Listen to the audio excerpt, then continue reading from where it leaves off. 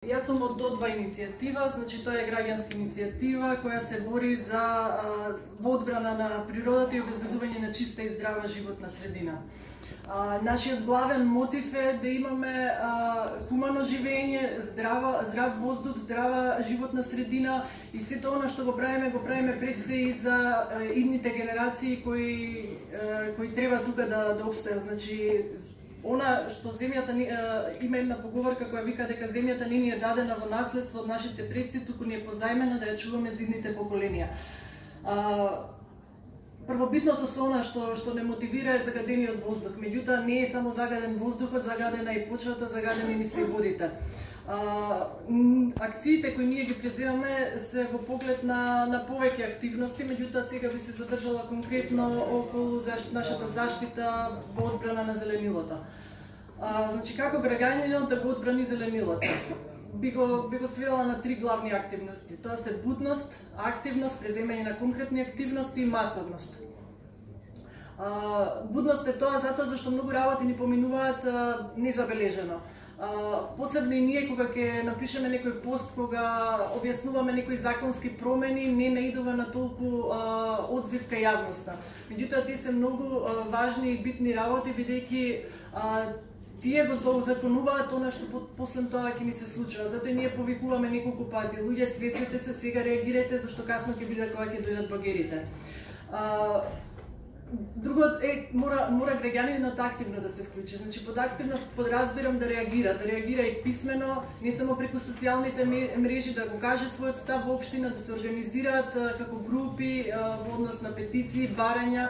Значи, пред донесување на тие плански документации може да се поднесе барање каде што граѓанинот ќе каже дека сакаме во одреден дел да има повеќе зеленило, што ќе биде еден доказ писмен дека во правење на планот граѓаните тоа го барале. Едно е ние кои ќе го кажеме тоа на социјалните мрежи, меѓутоа друго е кога има писмен доказ на тоа и кога се гледа дека и покрај барањето на граѓаните било игнорирано од властите и ставање на тоа во планската документација. Масовно зашто? Затоа зашто колку сме помасовни, толку нашиот глас е појак. За среќа последниве години имаме значи видно подобрување на еколошката свест и кај граѓаните, па многу повеќе дигаме паника околу некои работи. Мислам, никогаш знаат да кажат дека еве само критикувате по социјалните мрежи, значи буквално и засечење на гранки, меѓутоа изгорени сме од она што се случило, сакаме да ни се каже на време што се случува и како, и не е на одмет за такви акции кога се информираат, бидејќи сите ги користиме социјалните мрежи, нека се информира граѓанинот да е свесен за она што му се случува и да биде вклучен во сите акции. Заради тоа да нема паники и самиот да знае дека треба да се однесува совесно кон она што е јавно, што е општинско, всушност е наше заедничко. Неколку акции имавме, значи од До2 иницијатива за укинување на детални урбанистички планови на територија на Гази Баба. Моментално и еден е предуставен суд од општина Карпош, а еден е предуставен суд од општина Гази Баба. Значи, што се урбанистичките планови? Тие ги офирмуваат градовите и населбите во кои живееме, а со тоа директно го одредуваат и квалитетот на секојдневниот живот. Значи, од нив се гледа колку општината, државата се засегнати за одржлив и еколошки развој на самата територија.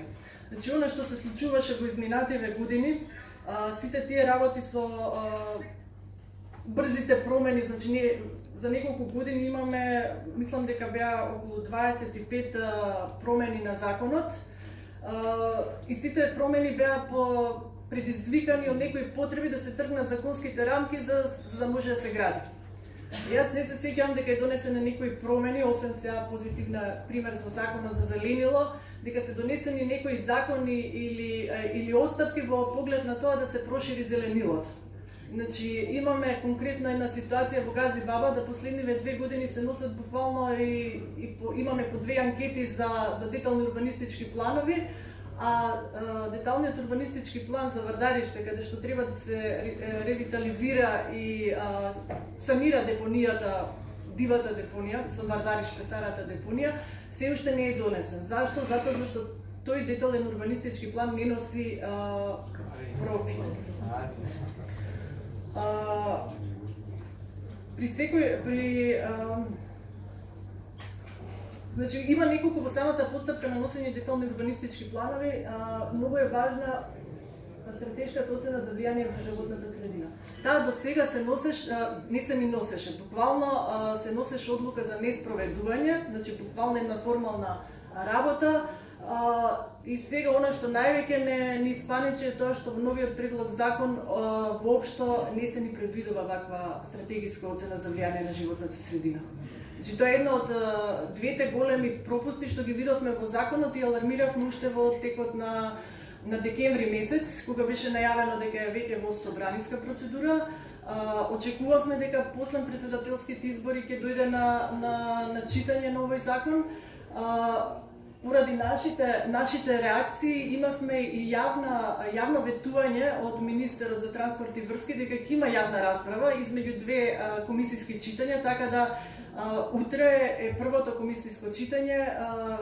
Се надевам дека пратениците ќе го изгласаат, ќе ја изгласаат јавната доверба да се случи, и доколку тоа не се случи, ние граѓаните ќе направиме таа пред собрание. Значи, мора да го кажеме она што сметаме дека не е во ред. Ги повикувам тука и новинарите да се вклучат, да информираат јавноста. Ние знаеме некогаш во нашите постови да бидеме малце подетални, постручни во анализите, некогаш до граѓаните не може толку едноставно да се објасни што се случува. Меѓутоа, секако треба да бидат информирани. Самите урбанистички планови, кога се носат, се толку застрашувачки за обичниот граѓанин, бидејќи гледаме исцртани парцели. Значи, нас не требаше долг период како граѓани да научиме како да ги читаме тие детални урбанистички планови. Меѓутоа, постои и водич исто издаден од невладина организација која помага како да се читаат детални урбанистички планови. Секој од нас има пријатели, планери, архитекти кои можат да му помогнат од тоа. Меѓутоа, добро би било како идеја самата анкета и самата представа да биде достапна до граѓаните, разбирлива. Значи, дали со 3D модели, дали со визуелен приказ. Едно е кога гледаме парцели, меѓутоа самите измени потребно е да ги видиме со претходниот детален урбанистички план. Планерите за тоа имаат алатка кога ги преклопуваат тие планови и гледаат каде се измените. Ние тука не можеме да ја видиме. Исто така процентот за зеленило што треба да е застапен. Многу е тешко да се пресмета од она што го даваат како детален урбанистички план еден обичен граѓанин да види колкав е процентот на зеленило или колкав е вкупниот процент на самата територија. Имаме она што е според ГУП задолжително, значи тоа се едни бројки, сега имаме регулацијски планови и имаме детален урбанистички план. Во поновите објави за детални урбанистички планови видовме дека се делат уште на помали единици, тоа се блокови. И сега, за да видиме дали е тоа усогласено со бројките на ниво на генералниот или регулацијскиот план, ние треба да ги собереме сите бројки од сите блокчиња, што е многу тешко. Така да, ако почнуваме да ги бараме сите тие податоци, наидуваме на некој отпор. Така да, она што вика Јана, потребни се податоци за да донесеме правилни одлуки и решенија. Тие податоци кај нас се виртуелни. Негде постојат, но додека ги најдеме, а и некогаш се и двосмислени, па не можеме на ништо да се подпреме. Имам неколку примери за тоа што се одвиваше зеленилото под закрила на деталните урбанистички планови и на негрижата на општинските и централни власти. Значи, тоа се два детални урбанистички планови на територија на општина Карпош. И тоа во периодот едниот го следев со Google Earth, значи добро е што има опција да се иде наназад во снимките, па се гледа како зеленилото исчезнува. Значи, ако може следниот слайд. Ова е делот Карпош 3, меѓу Партизанска и Линденска, таа црвеното квадрче е Партизан салата. Значи, гледајте пред постоење на Сити Мол колкаво зеленило имаше, а тоа другото квадрче паркот на толеранција, ако се сеќавате дека постоеше и беше промовиран. Значи, тој е вклучен и во леапот на Карпош до 2017 и точно во тој период овој парк исчезнува. Ова е веќе со градењето на Сити Мол, значи 2012 година. И сите ние што живееме во Карпош знаеме што се случи, можда од сателитските снимки не се гледа, меѓутоа целата површина околу Сити Мол стана поатрактивна. Сите згради нови се групираат околу Сити Мол. Градинки нови немавме изградени. Имаше пренамена на постоечки делови од училиштата и другите градинки во приватни градинки. Значи, она што нема податоци ни за отпад, нема податоци буквално колку деца нови ќе дојдат со тие нови жители, тие фамилии што ги доселуваме во становите. Кога ние не гледаме како нашите деца, нашите иднина ќе бидат во тие градинки сместени во групи од по 40, значи каде е тука хуманото живење. Значи ние немаме хуман однос буквално према нашите деца. Следниот слайд е 2018 година. Ако гледате тоа делчето таму што е паркот на толеранција е исчезнат и она преостанато зеленило, вчера видов слики дека и тоа е заградено и дека тука се гради сега дел од Систина. Значи самото тоа што наместо паркови ние правиме болници се кажува. Буквално нас го губиме зеленилото, а добиваме установи за лечење. Еве го извадокот од локалниот акционен план на општина Карпаш за периодот од 2011 до 2017. Тука ве податоците од паркот за толеранција. Тој парк веќе не постои. Значи така едноставно си ги изгубивме парковите. Следниот пример е за деталниот урбанистички план, значи ова е од Илинденска до Кеот. Значи тој фамозниот ЗНЛ4 кој беше императив да почнеме и со оспорување на овие детални урбанистички планови пред Уставен суд. Зашто? Затоа зашто овој простор и не е изграден. Беше идеален за продолжување на градскиот парк. Значи доколку оваа површина прераснеше во зеленило, ќе имавме голема корист не само Карпош, туку и Тафталиџе. Целиот воздух кој доаѓа од покрај реката Вардар ќе можеше уште толку да се разлади и да биде збогатен према овие две населби и не само тоа, него буквално ќе влијаеше позитивно и на целиот регион тука. Значи ова е 2002. Оваа површината што ја гледате зеленило постепено заради негрижа, значи тоа не било ни парковско зеленило, тоа си така, само од себе оставено. Јас мислев дека е мучуриште кога се доселив до Карпаш, кога ги видов снимките, бев стварно запрепастена. Значи, потоа е периодот од 2007, се уште се гледа зеленило, меѓутоа почнуваат тие депониите. Потоа иде 2008, еве го, па 2012 и 2018 моментално. И се сакам да укажам тука на еден дел. Потоа ќе го видите и деталниот урбанистички план што беше укинат за овој дел. Значи, овој овде дел, тоа е аквапаркот. Сега ако идеме на следниот дел, значи тоа е еве урбанистичкиот план што беше укинат за таа област. Ако видите тоа кој е аквапаркот е целото во зеленило. Значи тоа е според деталниот урбанистички план Д3 зеленило и рекреација. Значи на такви области може да се градат и спортски објекти кои не се зелени, меѓутоа спаѓаат во зеленило.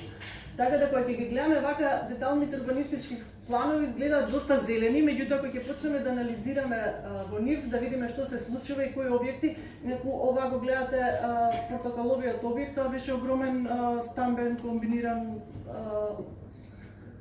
објект, да. Ке може следниот слайд, баш е анализирано тоа делчето кај аквапаркот. Еве, тука спаѓа, значи, D3, спорт и рекреација. Тој е целиот комплекс на Борис Трајковски. Значи, дури и спортските терени се офарбани како зелени, меѓутоа на терен тоа се бетонски и кога ја гледав на мапата што е изработија за Жешките острови, се гледа покави овие Жешки острови се бидејќи тоа е бетон. Значи самото тоа за бетонирање наместо зелена површина предизвикува топлотни острови кои потоа ни ги прават и така топлите лета уште потопли. Може понатака да идеме. Значи што го кажав, што е нашата цел? Кога ќе се донесуваат деталните урбанистички планови, ние гледаме да алармираме и да го поттикнеме населението да гледаат, да анализираат што е можно повеќе да реагираат во одбрана на она што им се сервира. Доколку има работи што не се во ред, треба да се потполно танкетни ливчиња да се реагира. И нормално треба да бараме што повеќе зеленило. Значи кога и во пред изработка на деталните урбанистички планови треба да се бараат тие зелени површини, нови паркови. Ние во Карпош имавме и барање и до пред локалната власт да овој цел простор премине во парк. Тоа го подкрепивме значи со петиција, со барање кој е однесено до општината. Сега во процедура, значи гледаме дека еден блок од овој детален урбанистички план ќе биде во наредниот период донесен, бидејќи беше веќе објавена таа одлука за неспроведување на стратегиска оцена, за која за жал бевме буквално 3-4 дена немаше време да се реагира. Во однос на овие стратегиски одлуки треба да бидеме спремни. Значи ние немаме капацитет како граѓански организации да направиме некои студии на кои ќе го докажеме негативното влијание. Јас би сакала овие и би требало нашето залагање да биде понатака не само да бидат на тоа дали ќе се спроведуваат или не, туку да бидат задолжителни, поготово на вакви големи опфати. Тие се задолжителни на генералниот урбанистички план, а врз основа на тоа на секои вакви измени на деталниот се однесува на тоа ако има големи промени. А што значи тоа големи? Кај нас останува така недодефинирано. Исто така нашите акции се сведуваат и на тоа да вршиме контрола на работата на неколку општини во однос на тоа што го вети и го подпишаа со нас како граѓанска иницијатива во преднивниот избор на локалните избори. Значи подпишавме вакви меморандуми со општина Карпош, општина Кисела вода, општина Газибаба и Аеродром. Во некои од тие барања, овде е само примерот према Карпош, значи баравме заштита на зелените површини и забрана на нивна пренамена и друга употреба. Значи озеленување на сите оголени површини од општина Карпош. Така да во однос на овие барања ние на почеток на крајот на годината кога се прават и тие буџети бараме и извештај писмен колку пари се пренаменети за овие активности и што е направено од општината. Обично добиваме акции во кои ќе кажат посадивме толку дрва, ова е направено, меѓутоа истото се случува и со град Скопје. Овие активности се мерливи преку апликацијата Мој воздух, значи тој политичкиот број што го гледате сите. Секогаш сме консултирани во однос на тоа колку се вистините тие информации што ги добива и Горјан од Мој воздух за да ги имплементира и секогаш е многу повеќе се прикажува до што реално се прави. Значи нас не е целта да прикажеме само работење и да се задоволиме со тоа дека нешто се прави. Целта е да има резултат тоа што се прави. Значи додека немаме мерливи, видливи резултати, не може да кажеме дека нешто работиме. Или тоа што го работиме е без успех, затоа што не носи резултат. Значи не е работата само да работиме, туку треба да постигнуваме резултати. И доколку не е во ред тој начин на добивање резултати, треба да се смени нешто. И во однос на тоа е целата наша критика. Значи критиката е за тоа да се види, да се направи ревизија на моменталната работа на властите, на централните, локалните, да се види каде грешат, бидејќи резултатите ние гледаме. И добро е да се реагира на време, да се смени нешто, за да имаме некој напредок. Ке може понатака. Значи, исто некои акции што може да ги преземат граѓаните и што сме ги преземале ние како активисти за одбрана на зеленилото. Значи, тука можат самите да направат активности во соработка нормално да известат и општината или со паркови зеленила да се направи садење на одредени делови, да се грижат за тие садници, може тука да бидат вклучени и училиштата. Например, сите оние паркови што се предвидуваат или садење на дрва, добро би било кога би ги вклучиле тука и децата. Да речеме едно деление да се грижи за две дрва. Така ќе ги научиме и децата на одговорно однесување на јавното добро, а би било добро тоа и во однос на тоа што да вистина ќе бидат заангажирани и тоа дрво ќе добие многу поквалитетен третман него оној што моментално го има. Ова е паркот во Карпош 4 меѓу неколку згради, значи тука имаше тендер кој беше веќе добиен за парк. Исто беше како парк, урбана опрема, меѓутоа беше со бекатон. Имаше делови зеленило, беа многу убаво прикажани сликите, значи со убави дрва, со играчки за деца. И сето тоа убаво изгледаше, меѓутоа знаеме што се случува со таквите паркови. Тие привлекуваат, предизвикуваат голем трошок и за самата општина, значи одржување, светла, обезбедување, кое после неколку години секогаш нема доволно средства за тоа и тој простор се деградира. И наеднаш поплочен со бекатон многу е лесно да премине некоја градежна парцела. Можно и таквите објекти да се дадат на користење на некои на концесија или на одржување на приватни лица кои потоа некако самите го откупуваат тој дел и одеднаш државното земјиште станало приватно. Така да и тогаш е многу полесно на право на собственост да му го одземеш или да му забраниш да гради нешто на тој простор. Значи, како го одбранивме овој парк? Ова беше во периодот кога на претходната власт, значи кога се збореше дека тешко и да тие работи, меѓутоа сакам да кажам дека навистина масивна активност на граѓаните допринесе да не се изгради да се направи тој парк. Значи, тука имавме неколку протести, информирање на жителите се собираа во масовен број. Значи, поднесовме неколку петиции до општината дека не сакаме тука таков парк и зашто го сакаме на зеленило, дека е подобро за децата да играат на зеленило него на бекатонски плочки.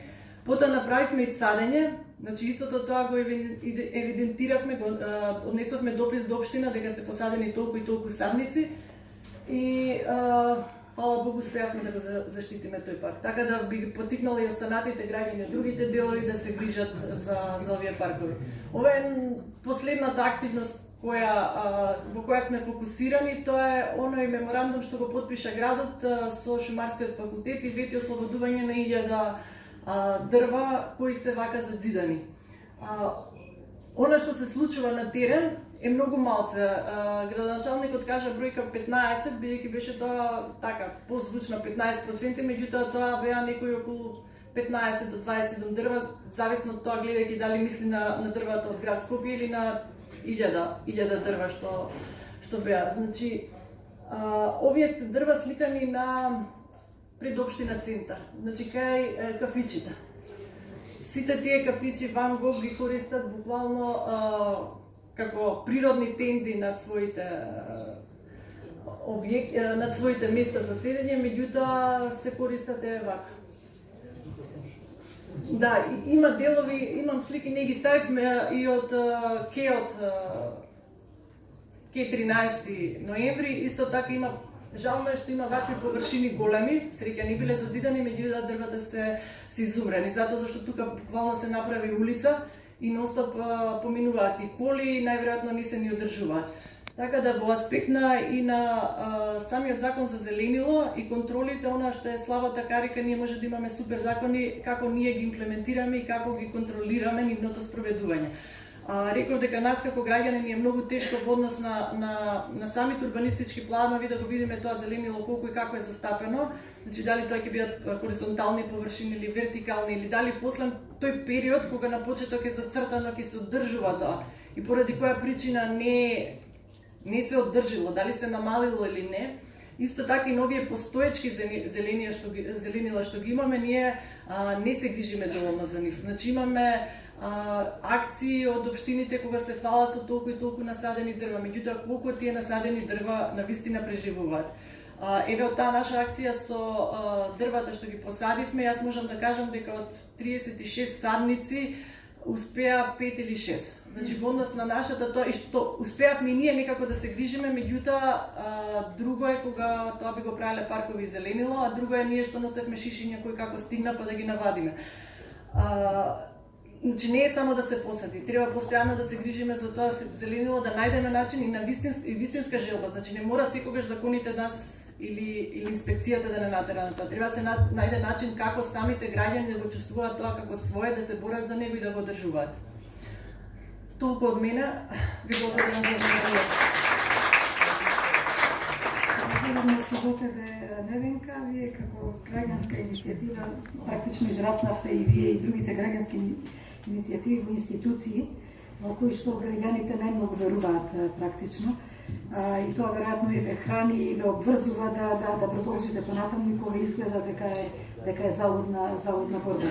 Инаку само би сакала една дополна на она што го кажа Невенка, зошто аквапаркот во Карпош можел според закон, нели, формално правно да биде пренаменет зеленилото, односно да биде пренаменето во аквапарк, дефектот ја лежи во правилникот за стандарди и нормативи на урбанистичко планирање, каде што во систем на класи и намени, значи намената Д за зеленило, спорт, рекреација и мемориални простори е една.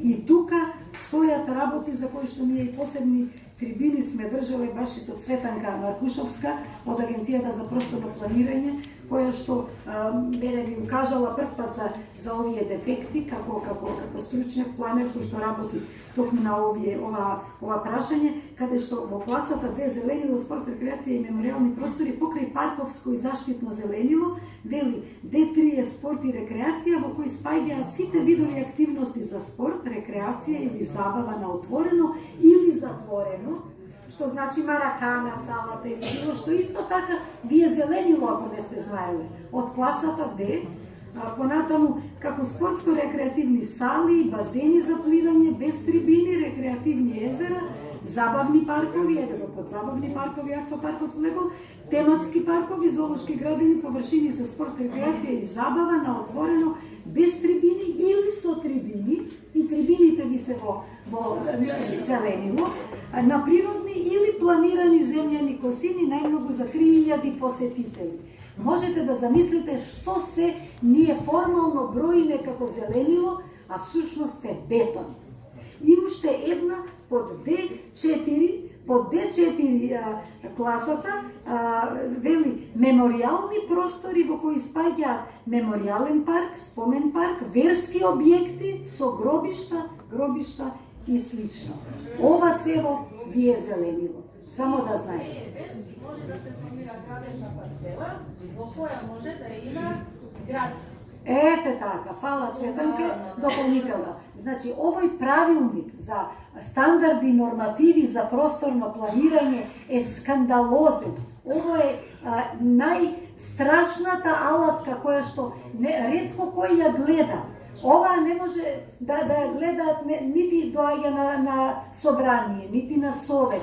Ова е дискреционо право на министерот за транспорт, врски и екологија, така беше, нели, кој што со или комисија некоја интерресорска или не знам како се формира. Овој правилник не е сега, тој е многу постар. Многу стара, да. Така што инаку Цветанка Маркушовска го имаше анализирано и тоа бидејќи беше член на работната група за изработка на законот за зеленило и ги имаше анализирано и ни ги презентираше процентите на зеленило како исчезнуваат и од врските за зеленило од правилникот за стандарди и нормативи. И тоа е, значи, процес кој што практично од самостојувањето на Македонија ние фино, систематски си го уништуваме зеленилото. Просто неверојатно беше порано во поранешна Југославија, значи каде што имало проценти на зеленило задолжително.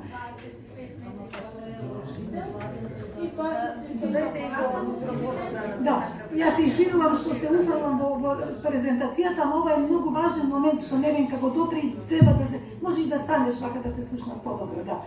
Од 25 метри квадратни по жител, кој се зеленилото на почеток, да речам, со осамостојувањето на, да речам, Македонија, тоа премина понатаму во 8 метри квадратни, да понатаму во другите правилници за просторно урбанистичко планирање тотално се избриша и го нема. Едноставно не постои колку постои метри квадратни по жител на зелено. Тоа е процес што преку правилникот се турка, тоа практично речиси невидливо за многу мала група видливо и после тоа како обврска за применување од сите планери. Цветанке, фала ти многу, инаку тоа беше и основа за да ги ставиме нормите покрај оние проучувања што ги вршевме за законот за зеленило. Јас сега би продолжила понатаму, значи со презентерите. Јас замолувам Ана Петровска, државен секретар во Министерството